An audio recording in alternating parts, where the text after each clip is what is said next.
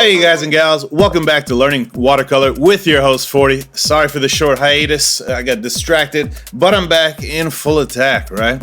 So we've got, today we're painting that koi fish. And basically what I did is I sketched out a loose sketch of a koi fish with pencil, a 3H, so it's quite light. You can't really see it on the camera here, but I can see it. Plus I hit it with the eraser a little bit to pick up as much as I can, so I could barely see it, but just enough, right? To see the outline. Next, I started painting the paper with water, right? Because I was gonna do wet on wet, but I realized the fan was starting to dry the water, so I hit it with some more water, and maybe you don't even recognize it because it's sped up. By the way, guys, please don't forget to like, subscribe, share the video with your friends. It helps a lot. I really appreciate it. One of the things I noticed here is I said, well, I want some more differences in the blue, so I grabbed one of the two paints and I used a blue turquoise just because I thought it would add some different colorations in here and bring more interest. I also realized the blue was a little muddy together, so I hit it with a paper towel to pick up some of that excess paint and give it some differentiations. Differentiations, is that a word? Then I came back with that turquoise blue with more pigment on the brush and gave it these little squiggly lines to create, I don't know, movement in the water, right? After that, I went and got some white gouache. I mixed it with some red, and I realized, you know what, I need to get some white watercolor because I don't have any to mix. So mixing gouache is gonna make it definitely much more opaque, huh?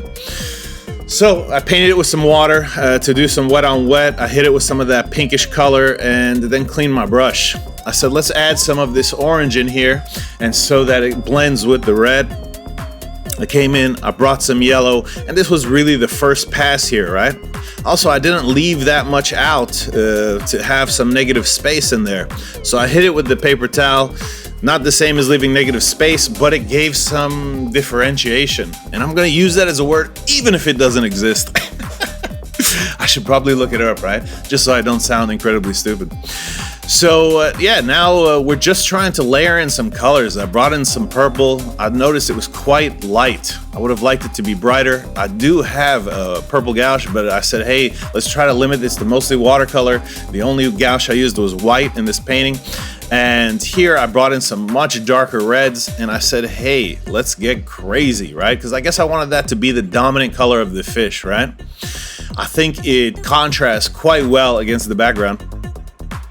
After hitting it with the heat gun, saying, okay, let's layer a bit more, I'm hitting it with some of that gouache and watered down, and I'm trying to lighten some areas, almost if I had left them blank. But if I had left them blank, they probably would have looked better, in my opinion. So that's something to experiment. Maybe I'll paint this fish again in a month or so and see how it looks, right? Just check the progress. Right there, I've used some blue to add the scales. I grabbed some black to do the eyes and those little, I don't know, not nostrils, but like feelers around the nose that koi fish be having. I don't know what it's called. If you know, put it in the comments, yo. I decided the white was too light, so I came back, I grabbed a little bit more of the gouache, and I put that white back on, right? Here I'm hitting it with the heat gun, drying it up, and saying, what else can we do, right? I said, you know, let's add some more purple. I think the purple will add some interest to the fish, and really just layering some colors. Now in the background, I grabbed some green. I dabbed it around where the movement of the wave was, putting quite a bit of pigment. Then I grabbed the water and I kind of moved it around a little bit just so it wasn't static. Here what I'm trying to do is mix some gouache with some turquoise to get enough to do some flicked out splatter. And that's what I did. The splatter's really light, but it adds a little bit of texture to the background, and I thought that was pretty cool.